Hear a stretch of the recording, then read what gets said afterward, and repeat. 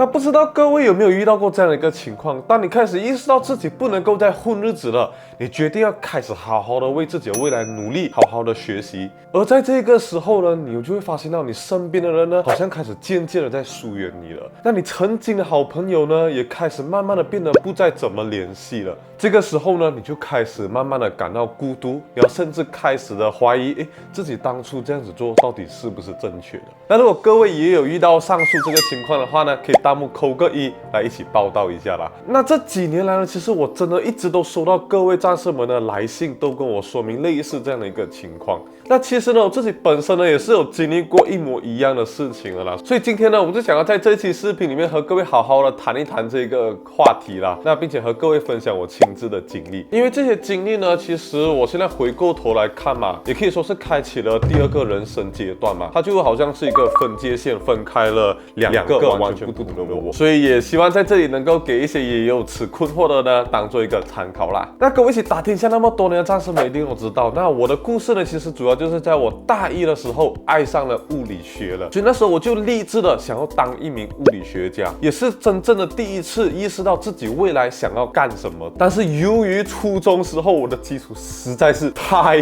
烂了，整个初中实在是太混日子了，所以完全跟不上。那所以意识到差距不足了，那刚升高中高一的时候的我呢，就开始拼命的努力的追赶我之前错失的这些基础啦，并且学完了之后也开始慢慢的额外的自学高2高3的那些课程。那不过在这个时间点呢，我纯粹就是意识到自己未来想要干什么，想要做什么行业，然后并且把自己不足的弥补，然后并且加强这样子而已，也没有说是有一个非常明确的目标了。所以那个时候呢，我的朋友还算是蛮多的了，就经常会和朋友一起打球啊，或者出去和朋友一起喝茶之类的。那这个情况呢，一直维持到了我高2的时候吧。那时候呢，我就开始赢了一些全国性的数理工程类的比赛，也代表了国家出去参加一些科学竞赛等。所以那时候呢，我就开始有点意识到，我就感觉我好像可以去追求一些我曾经连想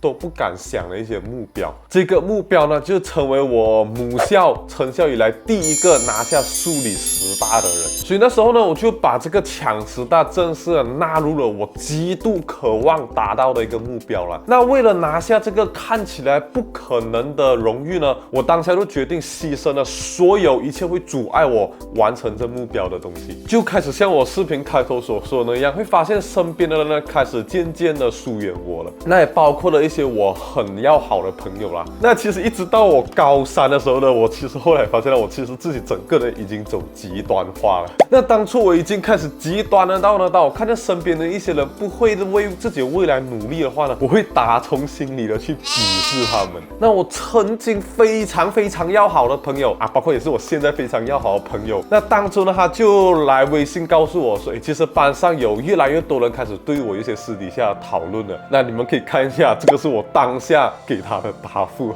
那这个聊天记录呢，还是我昨天刻意的让我这位好朋友从他的旧手机里面翻出来给各位看看的。那不过只能一说是我们现在也是很好的朋友啦，所以各位请你放心。那不过我现在以未来的呢角度看回去，当年说实话了，我确实是真的有点太过极端了。那不过其实我也是理解了啦，因为那个时期呢，我所要扛的那个压力实在是太大了。那如果不是读中生呢，战士们呢，你们可能没办法理解抢10大到底有多么的难。这几十年以来呢，10大一直都是各种名校，新华、龙中华、宽容这些名校在玩的游戏来的。每一年的数理10大我强调是数理10大的名额都是被这几些名校横扫了。那你的学生有非常良好的资源，非常优质的老师去带领那些学霸们一步一步的去拿下这个数理10大，而我的学校呢，任何资源都没有，我完全得靠我自己一个人，完全得靠自己的去随机乱撞的摸索的。那时候我就真的是太压力了。我在高3还没正式的开始吧，我就已经把历年来的统考分类题的解答全刷完一遍了。但不止刷完，我还亲手把每一题的解答过程写成了一本解答集。因为我们读中的这些历年考题的是没有解答过程的，也算是为了未来的学弟妹能够更好的刷题吧，所以我就自己亲手写完了这几本几百面的解答集。那现在我也是免费的公开把这些 PDF 分享给所有战士们啊。那具体详情可以看我这一期视频怎么来拿到。那为了更进一步的增加自己拿下10大的概率呢，我还上淘宝买了很多中国高考的 CD 回来自己刷。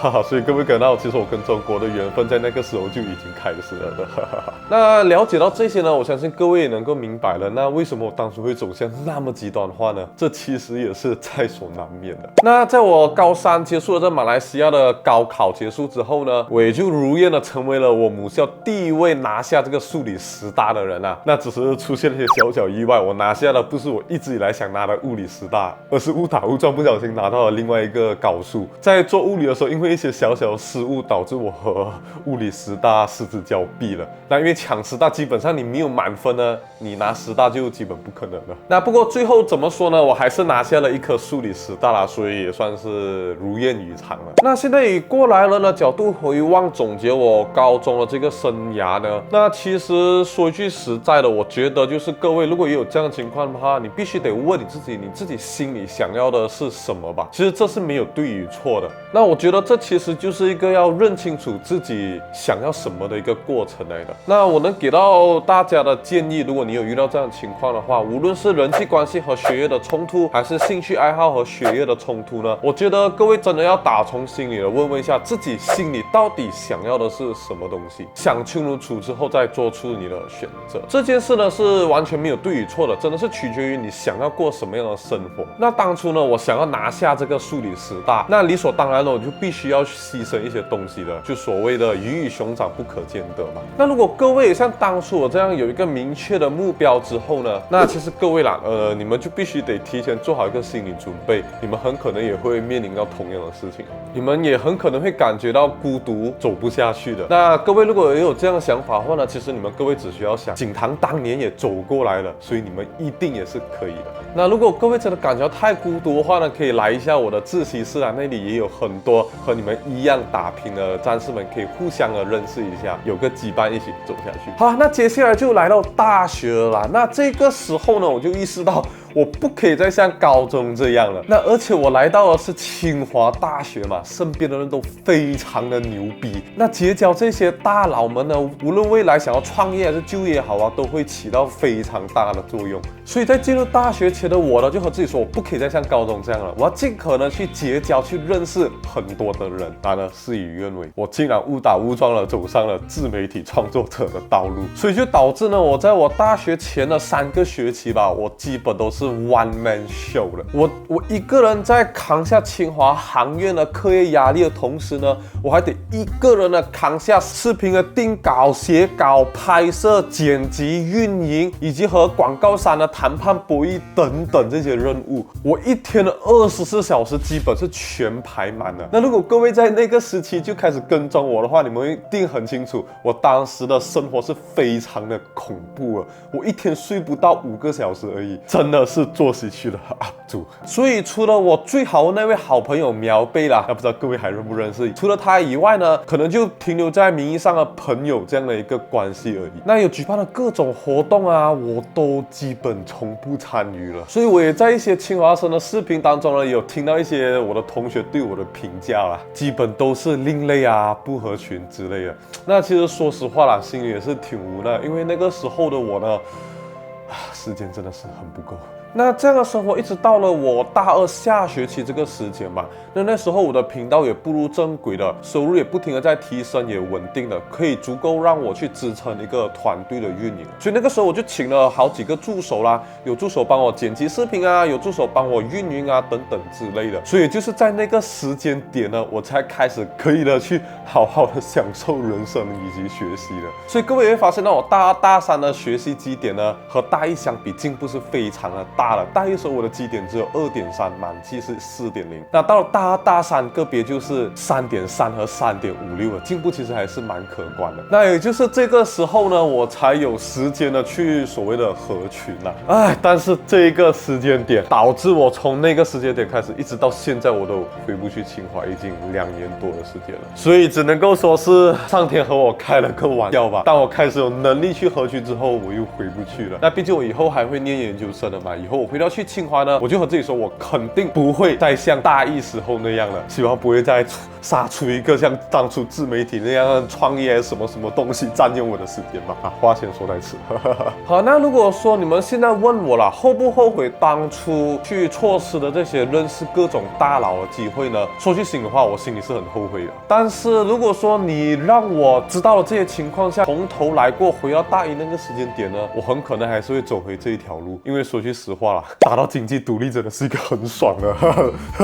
那所以如果总结嘛，那大学这个时期呢，我真的是非常的不推荐各位也像我当初我这样去牺牲各种建立你人脉的这个渠道了，因为这对于你的未来真的是会有很大的帮助的。那除非你真的是有一个你逼不得已去完成的一个目标吧，但是没有到逼不得已，我也不会推荐各位这样子做了。好了，那我也希望各位可以通过我这个小小的这个经历，能够对各位当做一个参考啦。那如果说你们问我真正的怎么来把人际关系以及课业啊等等打了一个平衡点呢？说句实话，我心里并不觉得我做得很好，所以我也觉得我没有那个资格去分享给各位啦。我能做的就是把我的这个经历分享给各位，让你们知道可能会得到什么样的结果。那听了我这个经历之后呢，你们自己再去决定，自己去安排吧。因为说实话，我真的不觉得我做得很好。那各位未来路想要怎么走呢？完全是取决于你们自己啦。